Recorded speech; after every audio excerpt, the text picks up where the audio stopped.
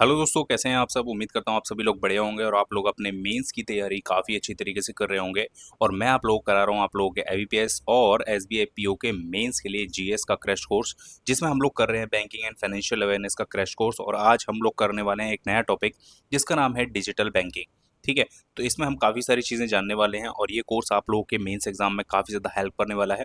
कई सारे टॉपिक हम लोग कवर कर चुके हैं। रिसेंटली हमने बैंकिंग ऑवर्समेट को कवर किया था, विद क्वेश्चंस भी मैंने आप लोगों के लिए कराए थे। तो अगर आप लोगों ने वो सेशन नहीं देखा है तो आप लोग जाकर ज़रूर देखिएगा। और आगे बढ़ते हैं इस वीडियो में, चलिए शुरू करते हैं। देखो, डिजिटल बैंकिंग, सबसे पहले हम लोगों को ये समझना है कि आखिरकार डिजिटल बैंकिंग होती क्या है। तो बैंकिंग आप लोग समझते हैं। देखो, बैंकिंग होती है कि जैसे आप अपनी बैंक में गए, आपने वहाँ पर एक फॉर्म भरा। ठीक है, आपने अपना बैंक अकाउंट ओपन करने के लिए फॉर्म भरा, या आपने कैश विड्रॉल करने के लिए फॉर्म भरा, या आपने डिपॉजिट करने के लिए फॉर्म भरा। ठीक है, या आपने ट्रांसफ़र करने के लिए फॉर्म भरा।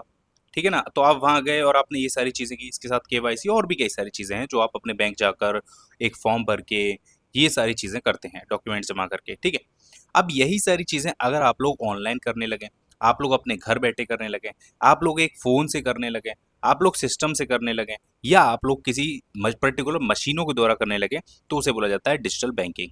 जैसे कि एग्जाम्पल के लिए मैं आप लोगों को बताता हूँ, जैसे कि आज के समय पर आप लोग को में से बहुत कम लोग ऐसे होंगे जो अकाउंट में से कैश निकालने के लिए बैंक जाते होंगे। ज़्यादातर आप लोग एटीएम का सहारा लेते हैं, या फिर आप लोग आज के समय की अगर मैं बात करूँ तो आप लोग यूपीआई के थ्रू पैसा ट्रांसफर करते होंगे, या फिर अगर बल्क में अमाउंट है तो आप लोग इंटरनेट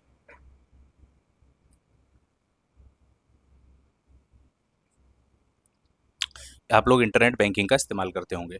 ठीक है ना, तो ये सारी चीज़ें आज के समय पे आप लोग इस्तेमाल करते होंगे। ठीक है, तो ये सब क्या चीज़ें हैं, तो ये सब डिजिटल बैंकिंग के एग्जांपल्स हैं जो आप लोगों को मैं बता रहा हूँ। ठीक है, पहले ये सारी चीज़ें आप लोग बैंक में जाकर करते थे, आज भी कई सारे लोग करते हैं, तो इसीलिए अभी तक पूरी तरीके से हमारा जो देश है वो डिजिटल नहीं हुआ है, मतलब डिजिटल बैंकिंग के ऊपर निर्भर नहीं हुआ है। आज भी बहुत सारे लोग बैंक जाते हैं, कैश निकालते हैं, कैश विड्रॉल करते हैं, कैश डिपॉजिट करते हैं, पैसा ट्रांसफर करने के लिए बैंक जाते हैं, लेकिन ज़्यादातर लोग धीरे धीरे करके शिफ्ट हो रहे हैं। ठीक है, तो ये सारी चीज़ें डिजिटल बैंकिंग कहलाती हैं। ओके, अब कई तरीके से डिजिटल बैंकिंग की जाती है, types of digital banking payments. ठीक है, कई सारे तरीके भी होते हैं इसको करने के लिए, जिसमें देखो, एक होता है तरीका बैंकिंग कार्ड्स के थ्रू। बैंक आप लोगों को कई सारे कार्ड्स देती है, जैसे कि खास करके क्रेडिट कार्ड, और एक होता है डेबिट कार्ड। अब इनसे आप क्या कर सकते हैं, पैसे पेमेंट कर सकते हैं। जैसे आप लोगों को कोई एक ड्रेस खरीदनी है, आप लोग अमेजोन पे गए, फ्लिपकार्ट पे गए, आपने वहाँ पर डेबिट कार्ड क्रेडिट कार्ड से पेमेंट किया, आपकी ड्रेस आपके घर आ गई। ठीक है, आपने पेमेंट कर दिया। आपको कैश चाहिए, आपने डेबिट कार्ड अपना एटीएम मशीन में लगाया और आपने कैश निकाल लिया, या कैश ट्रांसफ़र भी, मतलब फंड ट्रांसफ़र भी कर दिया। ठीक है, तो वो सारी चीज़ें भी इसी के थ्रू होती हैं।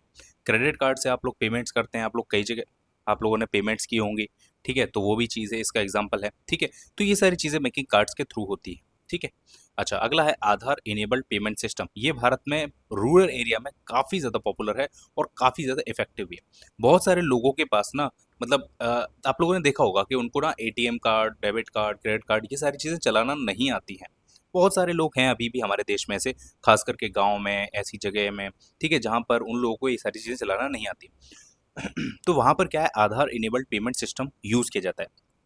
यहाँ पर बैंक की तरफ से एक एम्प्लॉय एक मशीन लेकर जाता है, जिसके थ्रू यहाँ पर पैसा अपने, मतलब आधार कार्ड का यूज़ करके, क्योंकि आधार कार्ड बैंक अकाउंट से लिंक है, तो वो अपना आधार कार्ड लगाते हैं, आधार कार्ड का नंबर डाला जाता है। ठीक है, आपके फिंगरप्रिंट लिए जाते हैं और आपका नंबर लिए जाता है, तो उन सब तरीके से आप लोग यहाँ पर पेमेंट अपना ले सकते हैं और जमा भी कर सकते हैं पैसे। ठीक है, इसकी लिमिट वगैरह भी है, वो मैं आप लोगों को आगे बताऊंगा। यूपीआई सबसे ज़्यादा पॉपुलर, इंडिया ही नहीं पूरी दुनिया भर में सबसे ज़्यादा पॉपुलर है यूपीआई। ठीक है, इसकी बात हम लोग आगे भी करेंगे। वैसे आप लोगों को ज़्यादातर चीज़ें पता होंगी। मोबाइल वॉलेट्स, जैसे कि फ़ोन पेटीएम में था, ठीक है, मोबीक्विक में था, लेकिन अभी ज़्यादातर इसका इस्तेमाल नहीं होता है, लेकिन हाँ, ये भी एक डिजिटल बैंकिंग का एग्जाम्पल है। पॉइंट ऑफ सेल टर्मिनल्स, ठीक है, जो मैंने आप लोगों को बैंकिंग कार्ड्स बताए वो यहीं पर स्वाइप किए जाते हैं ज़्यादातर। ठीक है, जैसे आप लोग पेट्रोल भरवाते हो या कभी खाना खाना जाते हो। ठीक है, आजकल इतना ज़्यादा नहीं है, लेकिन हाँ, ये भी एक एग्जांपल है। अच्छा, अनस्ट्रक्चर्ड सप्लीमेंट्री सर्विस डेटा, ये क्या होता है, तो कई बार ऐसा होता है कि अगर आपके पास नॉर्मल फ़ोन है, इंटरनेट नहीं है, तो आप लोग कुछ बेसिक कोड्स का इस्तेमाल करके ना, आप लोग इससे भी बैंकिंग कर सकते हैं। जैसे आप अपना कई सारे, हर एक बैंक का ना एक नंबर होता है, जिसमें आप अगर उसको अगर डायल करेंगे या उस पर मैसेज भेजेंगे, तो बैंक आप लोगों को रिप्लाई में मैसेज कर देता है, जिससे आप लोग अपने लास्ट के 3 ट्रांजैक्शन जान सकते हो या 5 ट्रांजैक्शन जान सकते हो, जो भी बैंक प्रोवाइड करवाए। इसके अलावा आप लोग अपना बैलेंस जान सकते हो, ठीक है, और भी कई सारी चीज़ें हैं जो आप जान सकते हो, मैं आपको आगे बताता हूँ। इसके अलावा इंटरनेट एंड मोबाइल बैंकिंग, जिसे हम नेट बैंकिंग भी कहते हैं, ठीक है, तो ये चीज़ भी आप लोगों को पता ही होगी। चलो आगे बढ़ते हैं। आप सबसे पहले आप लोगों को जानना है कि आखिरकार ये डिजिटल बैंकिंग हो कैसे पा रही है। देखो, यहाँ पर क्या है कि एक सिस्टम बनाया गया है जिसे बोला जाता है centralised online real time exchange, जिसे बोला जाता है कोर बैंकिंग। आप लोग देखो ऐसे समझो, कहीं जगह है, थोड़ा सा जगह यहाँ ले लें। देखो, मैं आपको समझाता हूँ। देखो, सपोज दैट कि आप लोगों को एक एटीएम है, ठीक है ना, एक एटीएम है, और ये एटीएम है पीएनबी का, और आपके पास जो कार्ड है ना वो है आईसीआईसीआई बैंक का। ये जो पीएनबी का एटीएम है ना, ये मान लो, आप लोग मान लो ये है मुंबई में, ठीक है, और आप रहने वाले हो राजस्थान के, ठीक है, राजस्थान में मान लेते हैं हम अलवर में आप लोग रहते हो, ठीक है। अब राजस्थान में अलवर में आपकी बैंक है, जहाँ आईसीआईसी बैंक है, जहाँ का आपके पास कार्ड है, और आप गए हो मुंबई घूमने, आप वहाँ जाकर पैसा विड्रॉल करना चाहते हैं, वो भी पीएनबी के एटीएम से। अब राजस्थान में आईसीआईसी बैंक है, आईसीआईसी बैंक एक प्राइवेट बैंक है, पीएनबी बैंक एक सरकारी बैंक है। अब उसे आपकी डिटेल्स कैसे पता कि आप उससे पैसा निकाल सको? तो यहाँ पर सबसे बड़ी चीज़ जो बनाई गई है ना वो है कोर बैंकिंग सॉल्यूशन, यानी कि centralised online real time exchange, यानी कि एक कोर बना दिया गया है जिसमें कि सभी को कनेक्ट कर दिया गया है, ठीक है ना। सभी बैंक्स को, फाइनेंशियल ऑर्गेनाइजेशंस को, जिनको भी है ना, सबको कनेक्ट कर दिया गया है। मतलब यहाँ पीएनबी का भी डेटा है, यहाँ आईसीआईसी का भी डेटा है, यहाँ एसबीआई का भी डेटा है, यहाँ पर एचडीएफसी का भी डेटा है, ठीक है।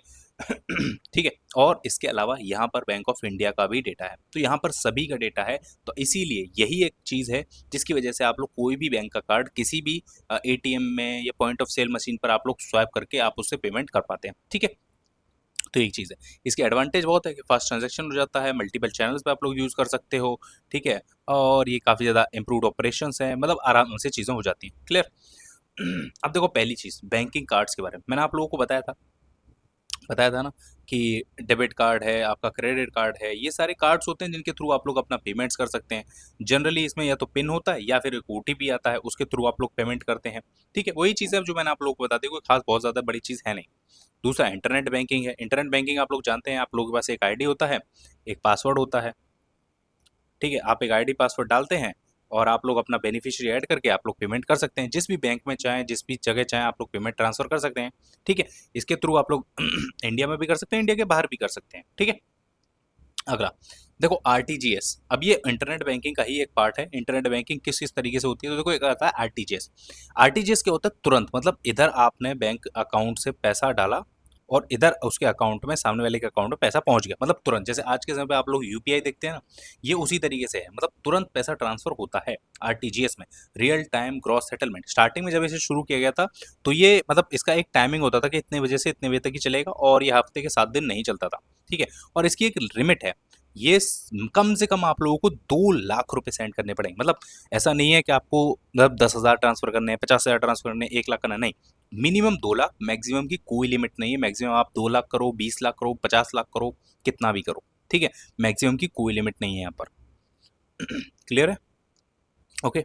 देखो, इसको ना 2004 में लॉन्च किया गया था। मतलब आज के समय पे जैसे यूपीआई तुरंत ट्रांसफर कर देता है ना, ये आरटीजीएस है जो उस समय पर सबसे पहले, मतलब फास्ट ट्रांसफर ट्रांसफर कर देता था, ठीक है। मैंने आपको बताया ना, स्टार्टिंग में ये हफ्ते के 7 दिन नहीं चलता था, 24 घंटे नहीं चलता था, लेकिन आज के समय पर ये दिसंबर 2020 से ये इसको हफ्ते के 7 दिन और 24 घंटे के लिए कर दिया गया। इसमें यह है कि मिनिमम मिनिमम 2 लाख रुपए आपको ट्रांसफर करने हैं, और मैक्सिमम की कोई लिमिट नहीं है। हाँ, बैंक एक थोड़ा सा लिमिट डिसाइड कर सकता है, बट वैसे कोई लिमिट नहीं है, ठीक है। लेकिन ये सिर्फ और सिर्फ इंडिया में काम करता है, मतलब इसके थ्रू अगर आपको पैसे ट्रांसफर करने हैं तो सिर्फ आप इंडिया में ही ट्रांसफर कर सकते हैं, इंडिया के बाहर ट्रांसफर नहीं कर सकते हैं। क्लियर है? देखो, कोई अगर वो डाउट हो तो आप लोग नीचे कमेंट में पूछ पूछ लीजिएगा। रियल टाइम इससे फटाफट फंड ट्रांसफर हो जाता है, हाई वॉल्यूम का फंड ट्रांसफर हो जाता है, सेफ और सिक्योर है, रिलायबल बैंक है, ठीक है, और इमीडिएट क्लियर, मतलब तुरंत हो जाता है। इधर पैसा डाला, उधर ट्रांसफर हो गया। देखो, बहुत सारे बिजनेसेस में ये बहुत काम आता है, ठीक, क्योंकि देखो ऐसा होता है ना, जैसे मान लो भाई आप बैठे हो देश के एक हिस्से में, जैसे मान लो आप यहाँ बैठे हो गुजरात में या महाराष्ट्र में आप बैठे हो, ठीक है, और आपको इधर की तरफ वेस्ट बंगाल में किसी को पैसा ट्रांसफर करना है, अब इतनी दूर है, तो आपने तुरंत यहाँ से ट्रांसफर किया, उसके खाते में यहाँ पहुँच गया, तो तुरंत आपका एक ट्रस्ट भी बिल्ड होता है। अगर मान लो लेट होता है तो इस पार्टी को लगता है कि भाई ये पार्टी ने नहीं भेजा, या ये पार्टी सोचती है कि वो पार्टी नहीं भेज रही है, तो कई सारी दिक्कतें हो जाती हैं। ठीक है, देखो, दूसरा तरीका है एनईएफटी का, नेशनल इलेक्ट्रॉनिक फंड ट्रांसफर। इसमें क्या होता है, ये भी आरटीजीएस की तरह ही है, लेकिन आरटीजीएस में जैसे मैंने आप लोगों को बताया ना कि मिनिमम उसमें 2 लाख रुपए है। इसका जो मिनिमम है ना, मिनिमम का कोई अमाउंट नहीं है, नो अमाउंट। मतलब मिनिमम आप कितना भी बेच सकते हो, आप 1 रुपया भी बेच सकते हो, 2 रुपये बेच सकते हो, 10 रुपये बेच सकते हो, 100 रुपये बेच सकते हो, 10,000 बेच सकते हो, आप कितना भी बेच सकते हो, इसकी कोई भी लिमिट नहीं है। क्लियर है? सबसे पहले तो ये चीज समझो। अब आप कहोगे कि सर फिर दोनों में फर्क क्या? देखो, एनईएफटी ना तुरंत पैसा ट्रांसफर नहीं करती है। इसमें क्या होता है, इसमें ना एक तरीके से ऐसे क्यू बनते हैं। ठीक है, मतलब यहाँ पर बैच बनते हैं, बैच आधे आधे घंटे के, यानी कि 30-30 मिनट के बैच बनते हैं। 24 घंटे में 48 बैच बनते हैं। ठीक है, और ये बैच जब फुल होते जाते हैं तब ये चलते जाते हैं। जैसे वैसे देखो, इसमें फंड ट्रांसफर करने का कोई भी मतलब लिमिट नहीं है, लेकिन इसमें ना पैसा जो मतलब क्यू चलते हैं, जैसे मान लो ये क्यू है।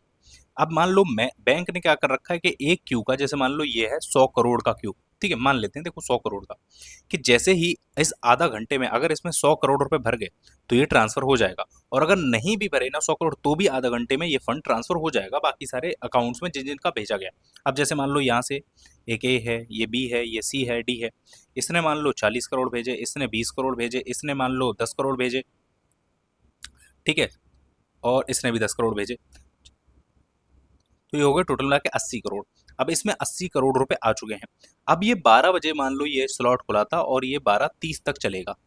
ठीक है, अब 12:30 तक इसमें सिर्फ और सिर्फ 80 करोड़ हो पाए, तो ये जैसे ही 12:30 बजेंगे ना, ये पूरा का पूरा फंड ट्रांसफर हो जाएगा सारे सारे अकाउंट्स में। क्लियर है? अच्छा, एक चीज और आती है इसमें कि जैसे मान लो अगर 12 बजे ये खुला और 12:15 पे ही इसमें 100 करोड़ भर गए, मतलब एक और आया ई, ठीक है, जिसने 20 करोड़ और डाल दिए इसमें। ठीक है, और 12:15 पे ये भर गया, तो ये 12:15 पे तुरंत ट्रांसफर हो जाएगा। ठीक है, लेकिन इसका मतलब ये नहीं है कि अगला बैच फिर वहां से शुरू होगा, नहीं। अगला बैच 12:30 से ही शुरू होगा और वो फिर जाके 1 बजे ही खाली होगा। ठीक है, क्लियर है? तो अगले वाले बैच में ना कितना टाइम लग जाएगा, अगले वाले बैच को ट्रांसफर होने में 45 मिनट लग जाएंगे। क्लियर? तो कई बार आप लोग देखते हैं ना कि एनईएफटी में फंड ट्रांसफर लेट होता है, तो उसका ये तरीका है, ये सॉरी ये उसका कारण। क्लियर है? तो देखो, ये ना 2005 में इंट्रोड्यूस किया गया था, ये भी आज के समय पे 24 घंटे है, 2019 से ही है। इसकी कोई लिमिट नहीं है, मैक्सिमम की कोई लिमिट नहीं है। इसमें ज़्यादातर आप लोगों की, अगर आप लोग बैंक में सर्विस करते हैं या कहीं पर भी सर्विस करते हैं, ज़्यादातर प्राइवेट एम्प्लॉयज़ जो होते हैं, उन सब की सैलरीज वगैरह ना इसी के थ्रू ट्रांसफर की जाती है, एनईएफटी के थ्रू। क्योंकि सबकी सैलरी अलग अलग होती है, कोई 2 लाख वाली सैलरी तो है नहीं सबकी। किसी की 10,000 है, किसी की 20,000 है, किसी की 50,000, किसी की 60,000, किसी 1 लाख, 1.5 लाख, कुछ है। जो भी सैलरीज है इसमें लगाकर डाल दिया जाता है और धीरे धीरे करके सबका पैसा पहुंच जाता है। क्लियर है? अच्छा, एक सवाल जो यहाँ पर बनता है कि ये जो चीज़ है ना, ये हमारे देश में इंडिया से नेपाल भी पैसा भेजने के लिए यूज़ किया जाता है, जिसे बोला जाता है Indo Nepal remittance facility scheme. ठीक है, इसमें मैक्सिमम अप टू 50,000 रुपये भेजे जा सकते हैं एक ट्रांजेक्शन में। बट अगर कोई नेपाली पर्सन है, उसका अकाउंट है बैंक में। ठीक है, देखो ये वाली चीज़ क्या है, जैसे मान लो एक नेपाली पर्सन है, ठीक है, वो भारत में रहता है, पैसा काम करता है, पैसा कमाता है। अब उसे अपने घर पैसा भेजना है, तो वो क्या करेगा, वो किसी बैंक में जाएगा और वहाँ उनसे कहेगा कि भाई मेरा जो पैसा है ना ये ट्रांसफ़र कर दो, तो वो ट्रांसफ़र कर देंगे। तो उसका कितना हो सकता है, तो एक बार में सिर्फ 50,000। बट अगर उस नेपाली पर्सन का बैंक अकाउंट है और वो इंटरनेट बैंकिंग यूज़ करता है, तो वो 2 लाख रुपए मैक्सिमम सेंड कर सकता है एक ट्रांजेक्शन में।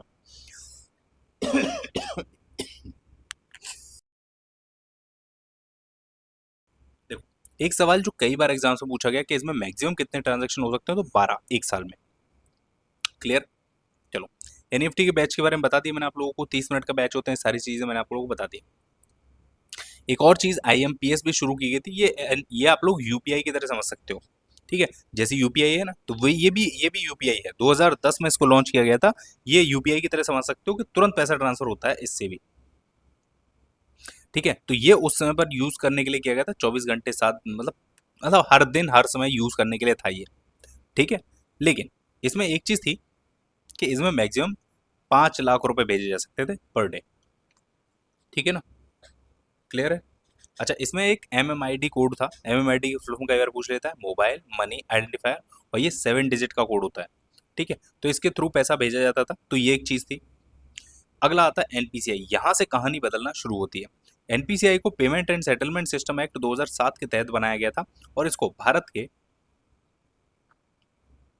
एक सेकंड कहाँ गया, ठीक है, इसको ना भारत के 10 प्रमोटर बैंक, मतलब सॉरी 10 कोर बैंक जो थे ना, मतलब काफी मतलब बड़े जो बैंक थे उन्होंने पैसा लगा के बनाया, जिसमें एसबीआई है, पीएनबी है, कैनरा बैंक है, बैंक ऑफ बड़ौदा है, union bank of India, bank of India. घबराओ मत, ये आपसे नहीं पूछेगा कि मतलब कौन कौन से बैंक है, लेकिन हाँ 10 बैंक है, ये आप लोगों को याद रखना है। 2008 में से बनाया गया था, मुंबई में इसका हेडक्वार्टर, ये आप छोड़ देना, अभी ये बदल गए हैं। 300 करोड़ इनिशियल कैपिटल, ठीक है। यूपीआई, आप सभी लोग यूपीआई के बारे में जानते होंगे, इसका फुल फॉर्म होता है यूनिफाइड पेमेंट्स इंटरफेस। आप लोग बहुत सारे एप्लीकेशन आज यूज करते होंगे, जैसे कि फोन पे है, गूगल पे है, पेटीएम है, उन सब में यूपीआई लगा होता है। यूपीआई के थ्रू आप लोग अपना पेमेंट्स करते हैं। मिनिमम पेमेंट की कोई लिमिट नहीं है, मैक्सिमम की 1 लाख है, कहीं पर 2 लाख भी है, जैसे गवर्नमेंट सिक्योरिटीज में 5 लाख तक है, ठीक है। तो ये बहुत ही आसान तरीका आज के समय सॉरी थोड़ा सा गला खराब है। तो यूपीआई को 11 अप्रैल 2016 में डॉक्टर रघुराव राजन, जो उस समय पर आरबीआई के गवर्नर थे, उन्होंने लॉन्च किया था। क्लियर। 2016 में एनपीसीआई द्वारा बनाया गया, 1 लाख पर डे है वैसे तो, लेकिन ई कॉमर्स में 2 लाख तक है और गवर्नमेंट सिक्योरिटीज में 5 लाख तक है। ओके। एक होता है वर्चुअल पेमेंट एड्रेस यूपीआई में, जो आप लोग देखते हो ना, एक आईडी होती है आप लोगों की, मतलब या क्यूआर होता है, तो वो सारी चीजें इसमें होती हैं, ठीक है, बहुत ज्यादा कुछ आपको जानना नहीं है। अगला आधार इनेबल्ड पेमेंट सिस्टम, ये मैं आप लोगों को ऑलरेडी बता चुका हूँ, जैसे मैंने आप लोगों को बताया था ना कि जो आधार, ठीक है। यहाँ पर एक होता है देखो, interoperable financial included transaction at point of sale, जो माइक्रो एटीएम होता है उसके थ्रू होता है। एक बिजनेस कॉरेस्पॉन्डेंस होता है of any bank using the Aadhaar authentication, ये जाता है आपका घर घर गांव गांव, एक जगह पर बैठता है, वहां पर लोग आते हैं, अपना अपना आधार कार्ड देते हैं, पैसा जमा कराते हैं या पैसा निकालते हैं, या ट्रांजैक्शन पर मतलब आप अपना बैलेंस वैलेंस पता कर लेते हैं, ठीक है। क्लियर है। देखो इसके लिए आप लोगों का बैंक नेम, जैसे कि एसबीआई वगैरह जो भी है, आधार कार्ड, आपका फिंगरप्रिंट लगा दिया जाता है, तो इससे आपका बैंक अकाउंट ओपन हो जाता है और फिर ट्रांजैक्शन कर दिया जाता है, ठीक है। क्लियर। चलो आगे बढ़ते हैं। अगला है कि जो आधार मतलब एनेबल्ड पेमेंट सिस्टम है, ये क्या क्या ऑफर करता है। कैश डिपॉजिट है, कैश विड्रॉल है, बैलेंस इंक्वायरी है, मिनी स्टेटमेंट है, फंड ट्रांसफर है, आधार टू आधार ऑथेंटिकेशन है, भीम आधार पे है, ई केवाईसी, ये सारी चीज़ें करता है। अगला है भीम, ये एनपीसीआई के द्वारा बनाया हुआ खुद का ऐप है, जैसे आप लोग यूज़ करते हो ना कि एक ऐप है फ़ोन पे। अब फ़ोन पे में क्या यूज़ होता है, यूपीआई, लेकिन यूपीआई को यूज़ करने के लिए सरकार का अपना भी एक ऐप है जिसे बोला जाता है भीम, ठीक है। भीम की फुल फॉर्म है भारत इंटरफेस फॉर मनी, ठीक है। तो ये भीम है। क्लियर। इसे 2016 में एनपीसीआई द्वारा लॉन्च किया गया था, इनिशियली 13, नाउ 20 लैंग्वेजेस में। अच्छा कमाल की बात यह है ना कि हुआ क्या है ना कि इसको ना लॉन्च होने में थोड़ा सा टाइम लग गया, तो उससे पहले यूपीआई चल पड़ा, और यूपीआई चल पड़ा फोन पे गूगल पे सब में, और भीम थोड़ा सा पीछे रह गया। क्लियर। चलो, तो देखो ये फिर लेटर ऑन 2019 में अच्छी तरीके से 2.0 में लॉन्च हुआ, 20 लैंग्वेजेस में लॉन्च हुआ, अच्छा खासा ये भी चलता है, कोई दिक्कत परेशानी वाली बात नहीं है, आप चला सकते हैं, आपने चलाया होगा। अच्छा रुपे कार्ड, हम लोग ज़्यादातर, आप लोगों के पास अगर डेबिट कार्ड हो या आपके मतलब घर में किसी के पास हो, तो वो ज़्यादातर आप लोग देखना वो मास्टर कार्ड पावर्ड है या फिर वीज़ा पावर्ड है। अच्छा ये दोनों ही कंपनियां यूएसए की हैं, तो भारत ने भी अपनी एक कंपनी बनाई है रुपे कार्ड, ठीक है ना, जिसके थ्रू हम लोग जो ऑनलाइन ट्रांजैक्शन करते हैं ना, उसका डेटा, उसकी फीस जो है सब वो कम से कम भारत में रहे, उसके लिए हम लोगों ने ये चीज़ की है, ठीक है। चलो अगला देखो, मैंने आप लोगों को एक अनस्ट्रक्चर्ड सप्लीमेंट्री सर्विस डेटा बताया था, जैसे कि एक ये नंबर है, इसे आप डायल करोगे तो कुछ बैंक की सर्विसेज आपके लिए ओपन हो जाती हैं, जिसके थ्रू आप लोग अपना डेटा जान सकते हो, कुछ फंड ट्रांसफर भी कर सकते हो, ठीक है ना। कई सारी चीज़ें, जैसे कि मैं आपको दिखाता हूँ, देखो ये, जैसे आपने ये कोड डाला तो आपके पास कुछ ऐसे ऑप्शंस आए, जैसे सेंड मनी है, रिक्वेस्ट मनी है, चेक बैलेंस है, माई प्रोफाइल है, पेंडिंग क्वेश्चंस रिक्वेस्ट है, ट्रांजैक्शन है, यूपीआई पिन है, तो ये कुछ इस तरीके के ऑप्शंस आ जाते हैं, और फिर आप सेलेक्ट करके ये सारी चीज़ें कर सकते हैं, सिंपल, ठीक है। इसमें कुछ चार्ज भी लगता है, ये चार्ज हो सकता है वेरी करता है बैंक टू बैंक, आपकी बैंक में कुछ और हो सकता है, किसी और की बैंक में कुछ और हो सकता है। क्लियर है। ठीक है, एक और है जैसे को बोला जाता है भारत बिल पेमेंट सिस्टम, ठीक है, जैसे यूपी, जैसे कि आप लोग यूज करते हैं ना ऐप है फोन पे वगैरह, जिससे आप लोग अपना बिल पेमेंट करते हैं कई सारी चीज़ों के, तो सरकार ने भी अपना एक बनाया भारत बिल पेमेंट सिस्टम, जिसके थ्रू आप अपने बिल्स पेमेंट कर सकते हो एनीवेयर एवरीवेयर, ठीक है, ये सरकार क्या है। फोन पे, गूगल पे और ये सारी चीज़ें ये प्राइवेट कंपनियों के हैं, सरकार का अपना भारत बिल पेमेंट सिस्टम है। क्लियर। ठीक है, वही चीज़ है। ठीक है, कई सारी चीज़ें जैसे मैंने आपको बताया, इलेक्ट्रिसिटी है, गैस है, वाटर है, मोबाइल बिल है, लैंडलाइन है, डीटीएच है, ब्रॉडबैंड है, कई सारे हैं। ठीक है, ये क्यूआर के बारे में। ठीक है, तो ये पूरा का पूरा यहाँ पर आकर आपका डिजिटल बैंकिंग समाप्त हो जाता है। उम्मीद करता हूँ आप लोगों को ये चैप्टर समझ में आया होगा, पसंद आया होगा। कुछ अगर डाउट हो तो आप लोग नीचे कमेंट में ज़रूर पूछिएगा। बाकी मिलते हैं हम लोग नए चैप्टर के साथ, क्योंकि देखो ये क्रैश कोर्स चल रहा है, आप लोगों को एग्जाम से पहले काफ़ी ज़्यादा हेल्प करने वाला है। उम्मीद करता हूँ आप लोगों को ये वीडियो पसंद आया तो वीडियो को लाइक एंड शेयर जरूर करें, चैनल पर नए हैं सब्सक्राइब जरूर करके जाना। Thank you so much for watching, मिलते हैं नेक्स्ट वीडियो में।